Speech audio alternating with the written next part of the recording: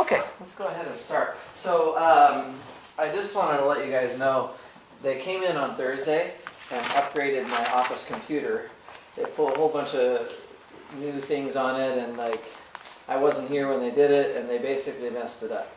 So they took off the the LaTeX. I type everything up, and I can't edit my web page right now, and nobody's around to help me with this. So I can't really do much online to fix the page. Hey, I'm going to have to announce everything instead. So I just gave back the homework. I didn't get to post the answers yet because the website isn't working.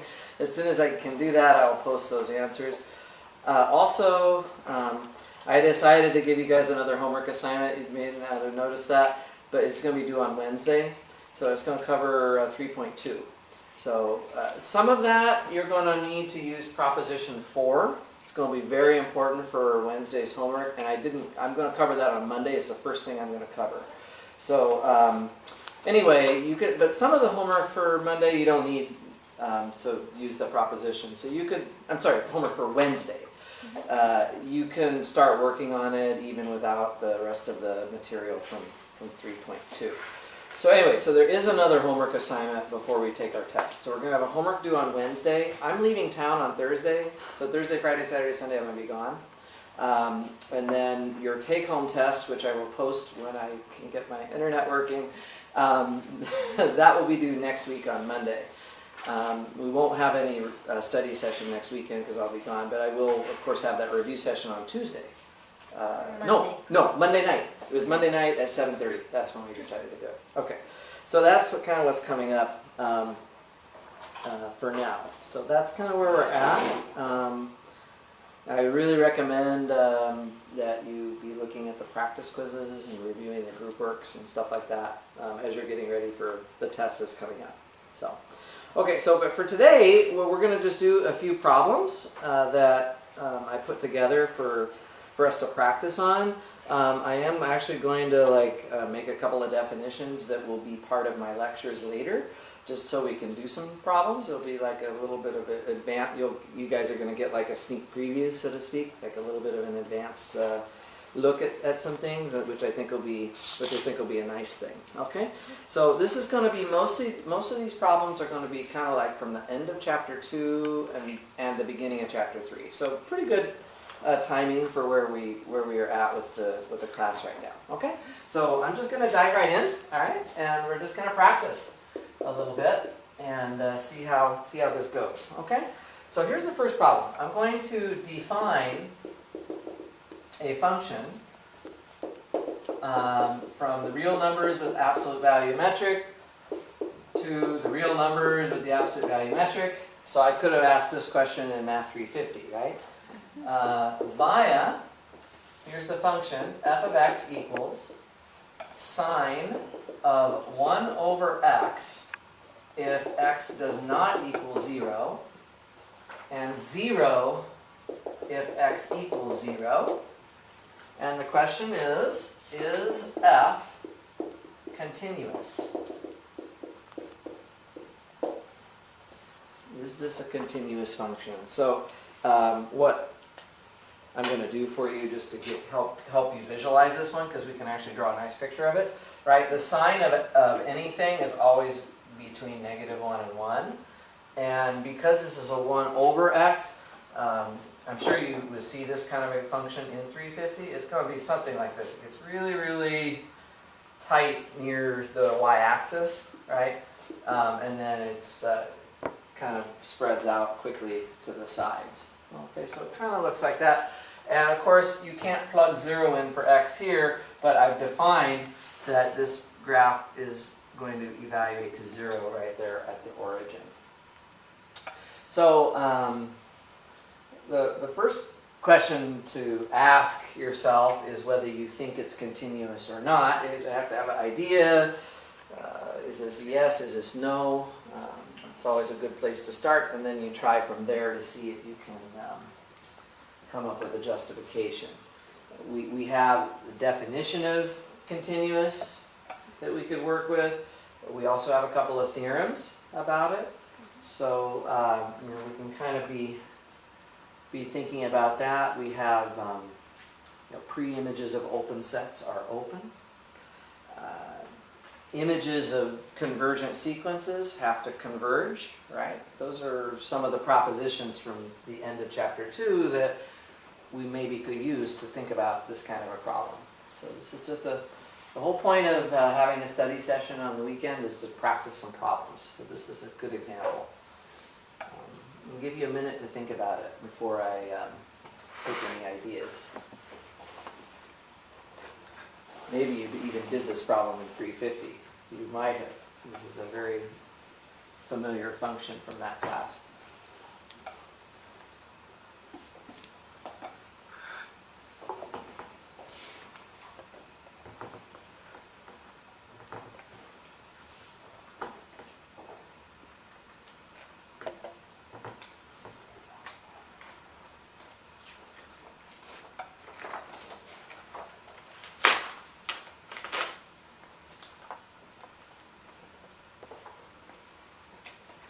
Does anybody have a gut feeling about whether this will be continuous?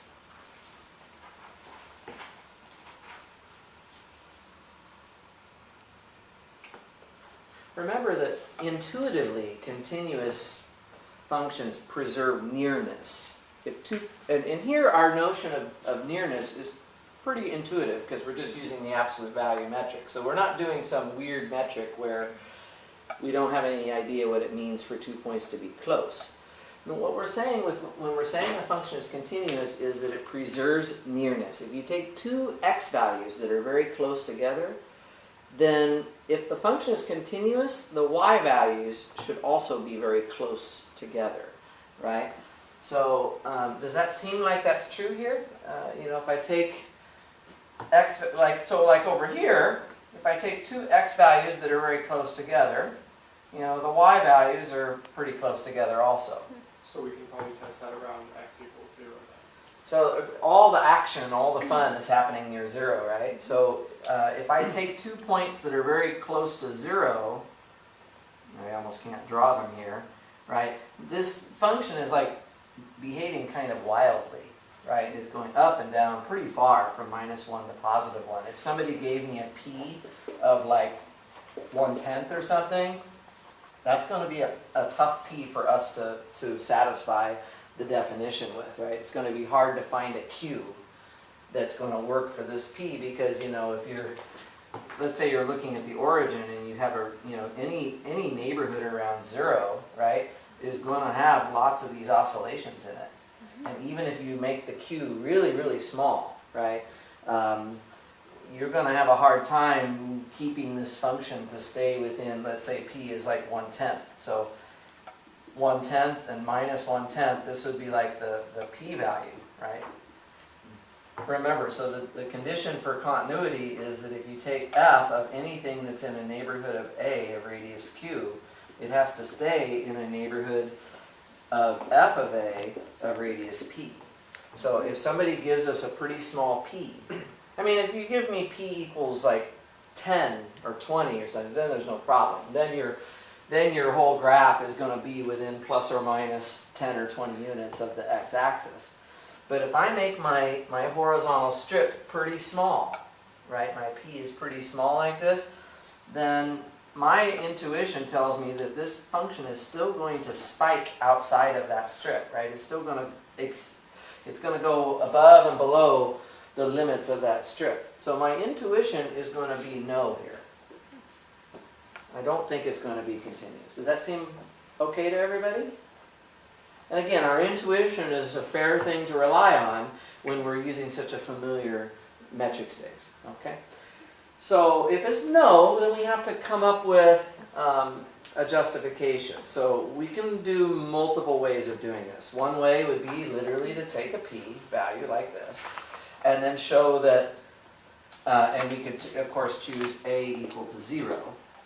Right? What we could claim here is that every possible q fails, right? So you could claim that for all q greater than 0, f of the neighborhood around 0 of radius q fails to be contained in a neighborhood of course, f of 0 by definition is just 0 of radius p, right? So you could claim that. And the point would be that, the reason that this would be true, is, well, in this neighborhood of radius q, right, which goes from minus q to positive q around 0, there's going to be some value of x in there that gives you a y value of 1, right? So in the interval negative q to q, right, there exists an x in that interval, right, such that f of x is equal to 1. You could just literally pick that number 1, okay? And so the problem there is that, all right, so you have found, so x is in the neighborhood of 0 of radius q, but f of x is not in a neighborhood of 0 of radius p because f of x is equal to 1. So that would be a justification that you could use. Does that seem reasonable, Alex? I think we could take the sequence xn equal to 1 over n. Okay, so you're going to give me another way to do it? Yeah, yeah. Okay, so before I take that, is everybody cool with this? The only thing I didn't really explain in this little proof is how do you find this x that would do it. You just have to remember that the sine of alpha is equal to 1 if and only if alpha is equal to like pi over 2, 5 pi over 2, 9 pi over 2, and so on.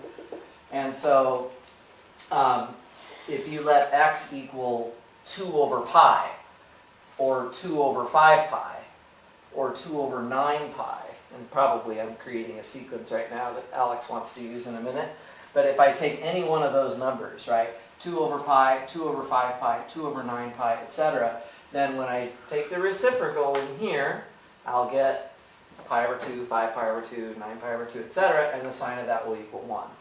And obviously, no matter how small your q is, or how big or it doesn't matter how big or small your q is, you'll be able to find one of the reciprocals of these inside of this neighborhood eventually. Let's say q is really small. So 2 over pi might not be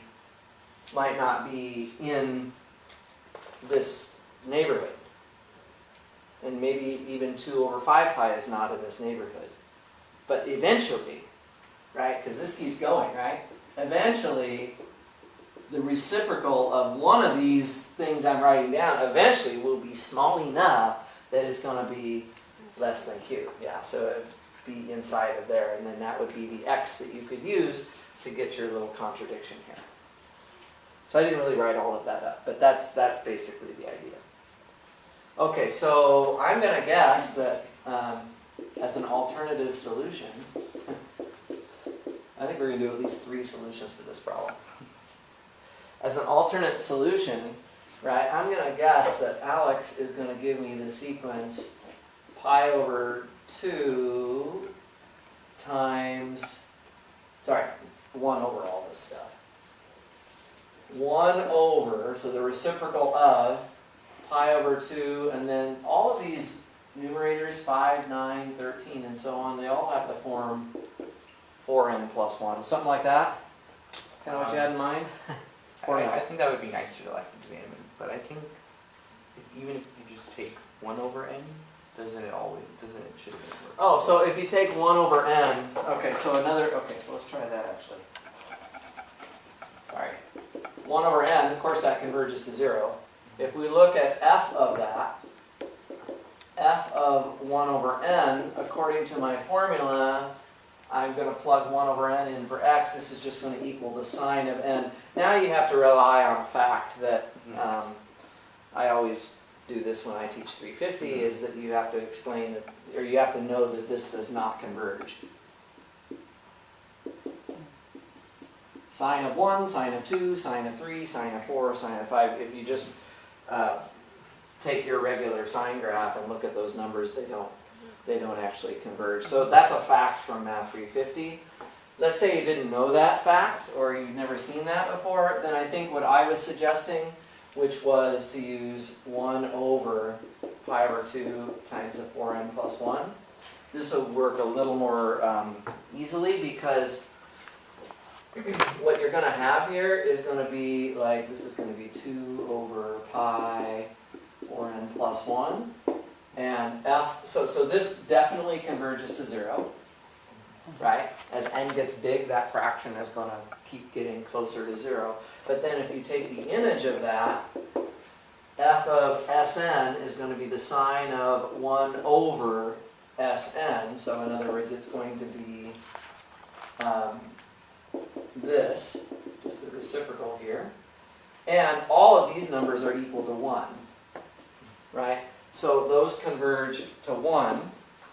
You're literally taking these points, basically is what you're doing. The tops of each cycle. So you just have a bunch of 1s, and of course that's just a constant sequence, so it just converges to 1 itself. And that is not equal to f of 0. Remember that f of Sn should converge to f of whatever the limit is by proposition 10 for this to be convergent. So this shows by prop 10 f is not continuous. Okay? For the f of Sn, it have to be psi, right? Psi pi over 2 for n less 1. Sn is just... No, he's saying when you did FSN. Yeah, you made this for psi. F of Sn, I'm sorry, is the sine of this. Thank you. Oh, yeah, yep. Just making sure everybody's paying attention. Exactly, it's the sine of that, which is equal to 1. Thank you. Yeah, awesome. Okay, so that's alternate solution. So we can disprove it from the definition. We can disprove it from proposition 10. Or, ready for another way to show it? I love this because you see it from multiple perspectives. Another alternate solution is I'm going to take the pre-image of an open set and it's going to be not open, right? So for a continuous function, a pre-image of an open set should stay open, but here you go. Take a look at this. If I take the pre-image of, I'm going to give you an open set here. The open set I'm going to give you is this one right here. Negative infinity to 1. That's definitely open. And so we're asking which inputs to this function will give us an answer that is in here. Well, any input into this function is going to be between -1 and 1. But notice I'm not including 1. So anytime I would have a 1 as an answer, that's not in the pre-image. So in other words, it's actually going to be precisely these x values. These are the x values whose output is equal to 1, which means is not in there. So I can actually write this as the real numbers minus, I'm going to take out the bad points, the ones that when I plug into the function gives me 1, which is exactly these points, actually. So, I'm sorry, it's actually the reciprocals of those points, right? So this is the real numbers minus 2 over pi, 2 over 5 pi, 2 over 9 pi, dot, dot, dot. Okay, so you're taking out those points. Now, this set right here is definitely open, because it's an interval, an open interval. So we know that clearly. The question is this open?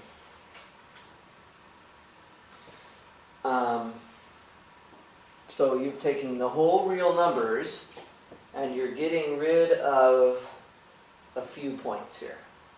Actually, you're getting rid of infinitely many points. So what is that set? I'm just going to draw it. So 0 is maybe right here. So I'm going to take out 2 over pi. I'm going to take out 2 over 3 pi. I'm going to take out 2 over 5 pi. I'm just deleting these points, right? Just taking them out of the set. So my set here is the rest of the real number line that I see there. My question is that open? It would contain all but finitely many. Actually, there's infinitely many points here. Right, but it does appear to be like converging towards 0. It does. So we use our definition for complements of a closed set, right? It would be an open set minus another open set that's a subset of the, like f is equal to x minus u, right? So if I just take these points that I'm deleting, does that form an open set? Not really, right? If they're discrete points that are sitting by themselves, then any neighborhood, if you pick that point and try to draw a neighborhood around it, it's not going to stay within those discrete dots that you have. Okay. So, the dots themselves are not open. But I'm not really looking at that. I'm looking at the complement of those dots. So, for example, if I pick this point over here, sure, I can make a neighborhood around that point that stays within the set that I'm looking at. Right? If I pick this point here, I can do the same thing. Even if I pick a point right here, I can still make a neighborhood that stays within there. Even if I pick, so there's going to be 2 dots right here, I can pick that point somewhere in between those 2 dots. I'll be able to choose a very small radius so that it stays inside between those 2 dots and doesn't touch those 2 dots. The question is, will I always be able to do that? Because open, what does open mean? Open means if you take any point in your set, you're supposed to be able to do this. You're supposed to be able to make a neighborhood. Would you always be able to do that? How about 0? Yes, but when 0, it's not going to work. That's right. That's the trick. 0, right here, that's part of my, I didn't delete 0, right? I did not take out, notice I'm not actually taking out 0 here. So a 0 is one of the points that I have to be able to work with. And if I make any neighborhood around 0, it's going to catch some of those open circles in it, right? In other words, this neighborhood is not contained in this set. So this is not open. This whole thing is not open. Just from the definition, really. Just from the definition. If something is not open, one way to show it is to pick a point in the set for which every neighborhood of that point fails to stay inside of that set. And you have to use 0. If you take any, I showed you a lot of other examples where there's no problem, right? If you go way over to the right or way over to the left or even close to 0, you can achieve these neighborhoods that you have to have. But right at 0, you cannot do it. That's the secret. Does this make sense, guys? So the preimage of an open set is not open. Well, that violates proposition 8. So then this function is not continuous. We saw it now 3 ways. If anybody comes up with a 4th way, let me know. I think 3 ways should probably be good enough. Okay. Any questions on that example? I have a nice example. Okay, let's go on. Let's take another problem. These are kind of fun. Practice a little bit. Okay. Let's do this one, number 2. Okay. So I'm still kind of looking at the end of chapter 2 a little bit. So let's suppose I take a metric space, xd, let xd be a metric space, and take a subset, let's call it A, a subset of that metric space. Okay. We call capital A bounded if there exists an alpha greater than 0 such that for all x and y in capital A, the distance between x and y is less than alpha. Okay.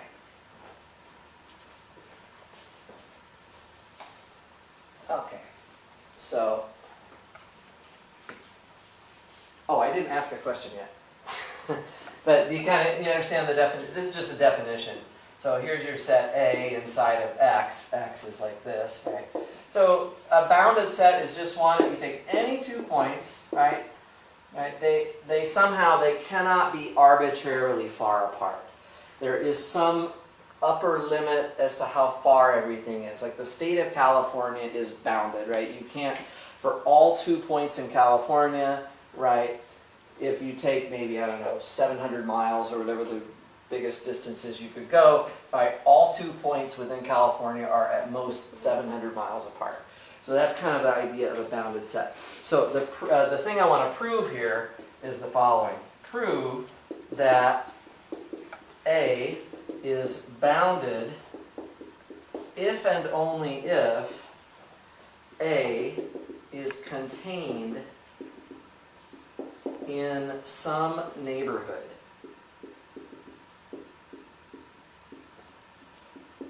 Okay, so this is what we're going to try to show. So if you have a bounded set, you could put it in a neighborhood. So for instance, you could, like, in the case of something like California, you could go to Sacramento, right? And then you could say, you could take a radius of like 1,000 miles, right? So you could make a neighborhood of radius 1,000 around Sacramento, and the whole entire state of California would be inside of that radius. So A would be contained in a radius of 1,000 miles centered at Sacramento. Right, so that's kind of the idea of a bounded set, is you can find one single neighborhood that the whole set actually is inside of. So like, you could pick some point here and pick a big enough radius here. You don't have to find the smallest possible radius, you just have to find any radius whatsoever, right, of some radius P, and the whole capital A fits inside of that. Right, this is the idea of a bounded set. Okay. So this is if and only if, so we do have to prove 2 directions here. Does everybody understand the question? Does it seem reasonable? Okay, so I'm just giving you now again, this is not something I did in the lecture, so like we're just having fun with practice problems. I'm not like going to expect you to know what this word means. But I could ask this on a test and I would just give you the definition on the test exactly like what I'm doing right now. I'm just making the definition on the fly, and then we're solving a problem. Okay? So let's just do, we have to go forwards and we have to go backwards. 2 different directions to go here. Okay. So, let's think about how we could do this. What do you think is going to be the easier, forward direction or backward direction? Which way do you want to start with? It doesn't really matter to me. I think the forward direction would be easier. Be okay? Okay, well let's try it. So let's assume that A is bounded.